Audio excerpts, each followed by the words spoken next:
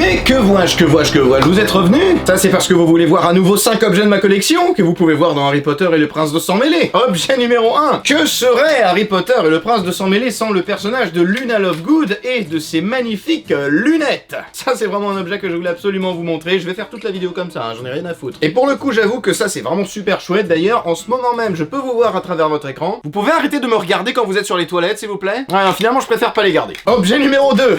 Bien évidemment le livre du Prince de Sang Mêlé que vous pouvez trouver chez Minalima. Et en fait bon, comme la dernière fois c'est pas vraiment un livre, c'est un carnet dans lequel vous pourrez ne pas écrire parce que si vous êtes un collectionneur bien sûr que vous n'écrirez pas dedans. Et ça fait vraiment grave plaisir de l'avoir parce que ça me permet de faire semblant que j'ai le livre du Prince de Sang Mêlé, qu'il est à moi tout seul mon précieux.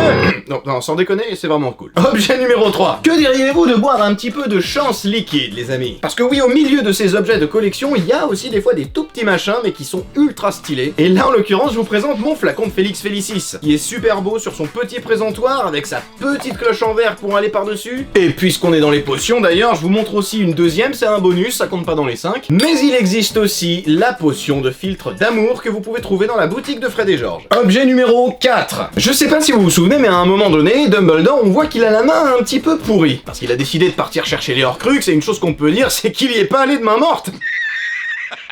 Bon allez, plus sérieusement. Et ce qui lui a donné cette malédiction sur sa main, c'est ni plus ni moins que la bague des Gaunt, qui est donc un des Horcruxes de Voldemort, que je possède ici également. Et elle est juste magnifique, c'est super beau. En plus, vous pouvez, sans déconner, vous pouvez vraiment la porter comme une bague. Mais le mieux, je trouve que ça reste quand même de la mettre sur son petit présentoir, avec le petit support qui vient se mettre par-dessus. Et enfin, objet numéro 5, le Horcrux que Dumbledore et Harry vont chercher ensemble dans la grotte. Le faux Horcrux. Parce que si vous vous souvenez bien du film, normalement, le vrai Horcrux a été déjà pris par R.A.B. Et d'ailleurs, à l'intérieur de ce faux Horcrux, vous pouvez trouver le petit message qu'il a laissé. En tout cas, je l'aime bien celui-là, il est vraiment super stylé. À la prochaine, il reste plus qu'un film, alors abonnez-vous pour pas le louper.